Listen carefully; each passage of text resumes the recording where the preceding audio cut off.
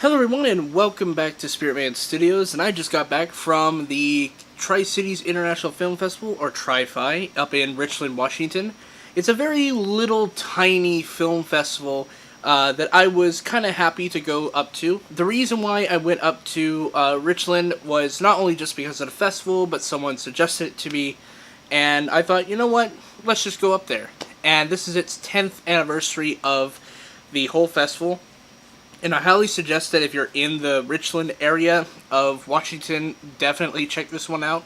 They do serve up a wide variety of different types of films, although more generally they have horror films, comedy, and documentaries as a majority. But sometimes you get science fiction, sometimes you get drama films. But most of the time, most of the time that I saw it, at least, they were horror, comedy, or documentary. And this is also where they show up the 72-hour film competition film sometimes. But there were some films that I got to see, and there were films that I didn't get to see, kind of like with most people in film festivals. But a wide variety of them were short films, and I haven't been able to find all the ones I saw online, so I can't really link all the ones that I saw down in the description below, and I can't really show any footage. So, I can't really talk about the films that I saw, unless I had, like, a poster or something like that. But it was a fun experience. I got to meet some very good creators, some good cinematographers, photographers, and also, a person that I did get a picture of with, was, Mike Strom, which, for some of you horror fans will remember, is the set designer for Nightmare on Elm Street Part 4.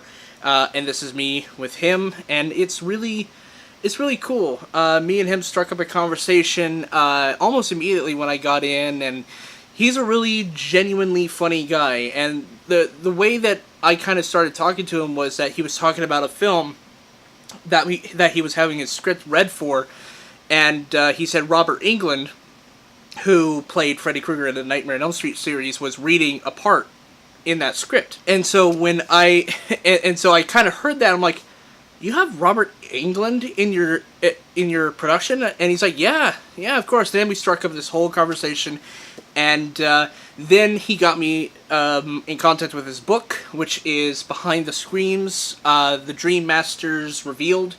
It is a bunch of interviews, 45 people to be exact, about the making of Nightmare on Elm Street Part 4, The Dream Masters.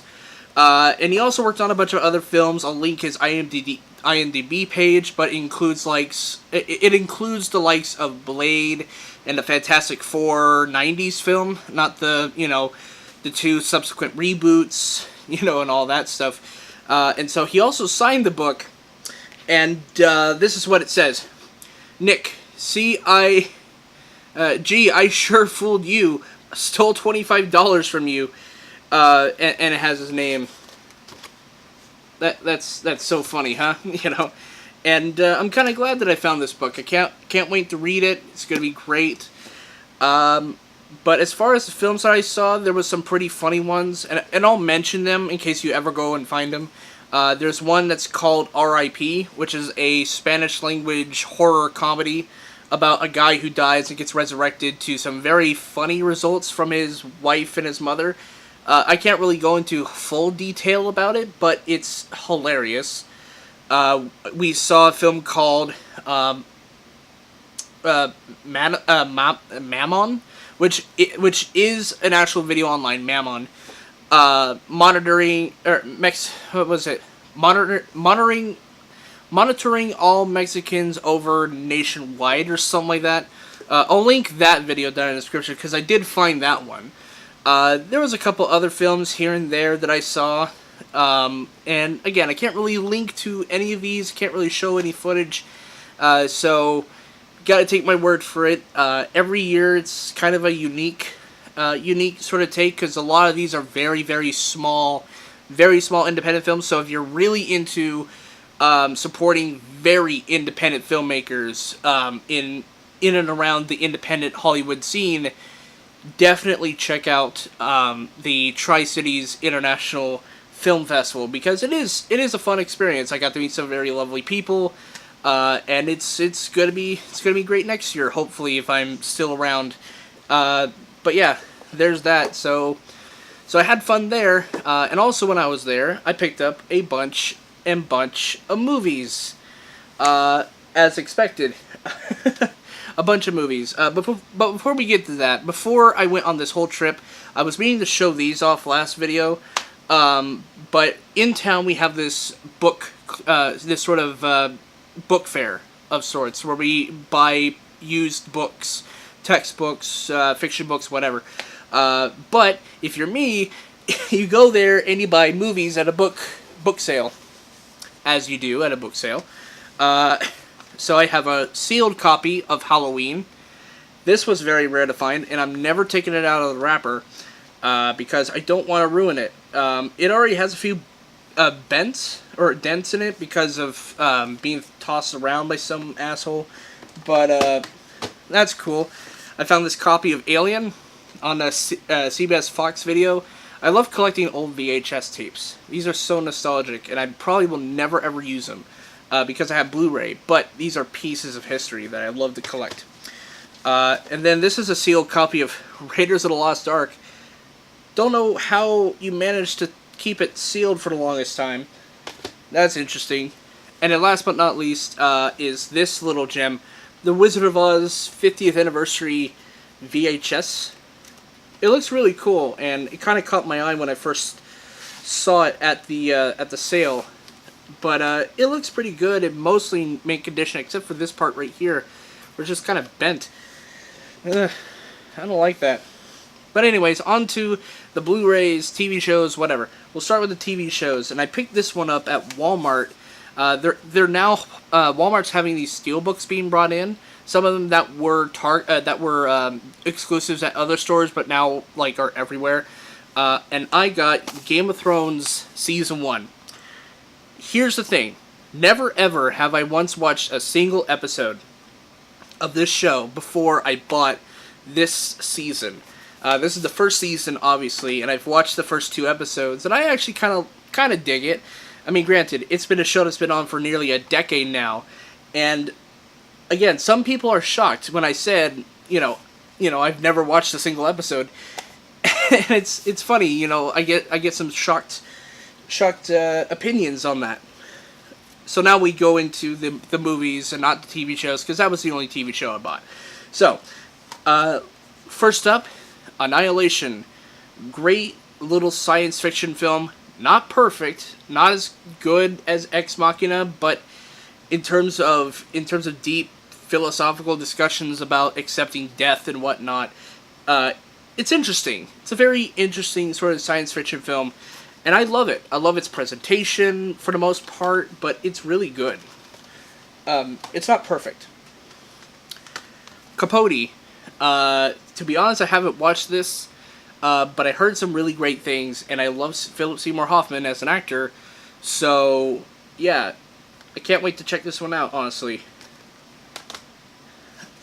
Next up, Best Buy has been having these really cool Blu-ray steelbook cover things. It's very special for like Halloween coming up pretty soon. And so I got Carrie. This is so beautiful. Look at that art. It's a masterpiece. I could taste it. Nah, just kidding. I won't do that. That's sick. But there's a couple other things like this later on. I picked up Bo Burnham's 8th Grade, and as I said before, this is one of my favorite films of 2018. For a lot of reasons, I can connect with it on an emotional level, because as a YouTuber who started a little bit after high school ended, and even before then, I was very anxious, very nervous as a person at school. I would always be confident at home, but at school I really wasn't. Even if I was running around the school in like a duct tape suit some of the days, but that's a different story. Good Morning Vietnam. Ooh, what a treasure this is. This is a very good movie. I really enjoy this movie, and there's nothing much else I can say about it. Happy Gilmore. Probably my only favorite Adam Sandler film other than 500 Days of Summer. Or, not 500 Days of Summer, 50 First Dates. What am I thinking? That's a completely different actor. But Happy Gilmore, good film. Good film. Uh, here's a really cult classic film that probably many of you may know. Killer Clowns from Outer Space. Ooh, I love this movie. I mean, it's not a perfect movie. It's not even a good movie. But the way it gets away with its premise is so hilarious. It's so fun that it's become kind of a cultural icon of just B horror movies. And I'm glad it got this nice steelbook art. So beautiful. Beautiful stuff. Beautiful. Next up is Lady Bird. Lady Bird, I got this for $13.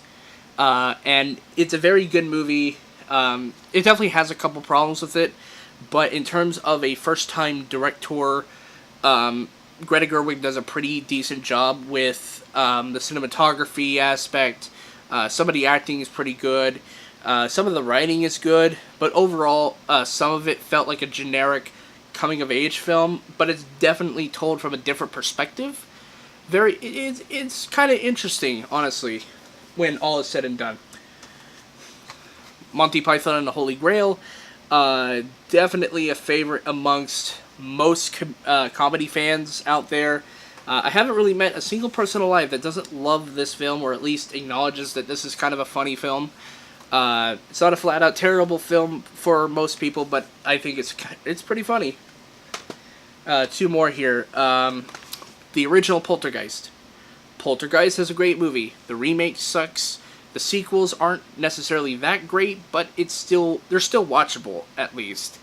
And Poltergeist was one of those films that Tobe Hooper didn't really get a full credit for because people instantly gravitated towards the first thing that appears on the box, which is the producer's credit, which says a Steven Spielberg production.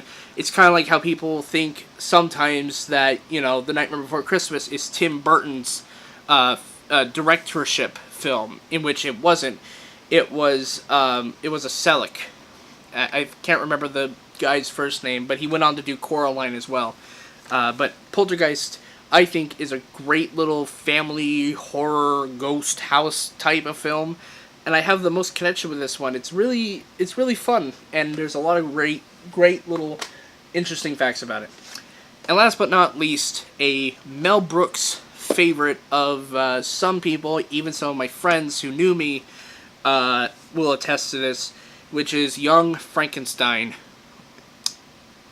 I am going to watch this film, definitely. I haven't seen it before, but I'm definitely going to be watching this before Halloween. And yeah, that's pretty much all of my Blu-ray pickup things that I've gotten over the past week. I might be getting some more stuff later, who knows, but yeah. So, yeah, even though I just got back from the Tri-Cities International Film Festival, I still have the Eastern Oregon Film Festival to go to. And also, this past weekend, there were 3 movies that came out that I saw, and I have not released a review for any of them.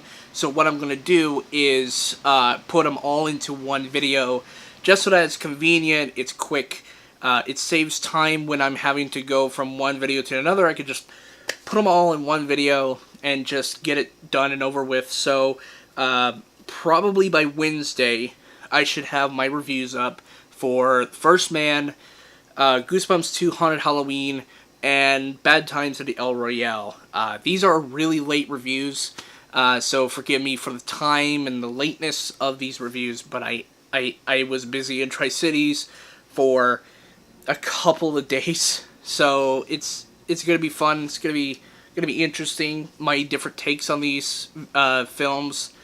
So yeah, I'll see you guys in the next video, and peace.